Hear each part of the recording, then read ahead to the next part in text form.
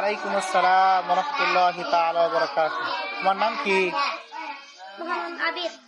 মোহাম্মদ আবির। আবির, বলো তো ইসলাম শব্দের অর্থ কি? শান্তি, আত্মসমর্পণ।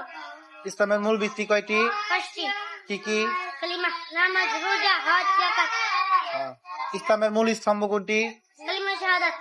বলো তো। কালিমা শাহাদাত, আশহাদু আল্লা ইলাহা ইল্লাল্লাহ ওয়া আশহাদু আন্না মুহাম্মাদান আবদুহু ওয়া রাসূলুহু।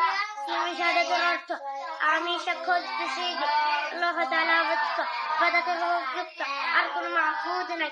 আমি আরো সাক্ষ্য দিতেছি যে হযরত মুহাম্মদ সাল্লাল্লাহু আলাইহি ওয়াসাল্লাম আল্লাহ তাআলার বান্দা ও রাসূল। মুসলমানদের পবিত্র কিতাবের নাম কি? আল কুরআন। কোন নবীর উপর অবতীর্ণ করা হয়েছে?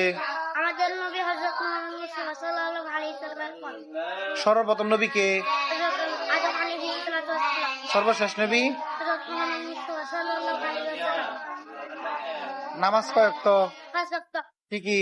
ফজর, জোহর, আসর, মাগরিব, এশা। মাশাআল্লাহ।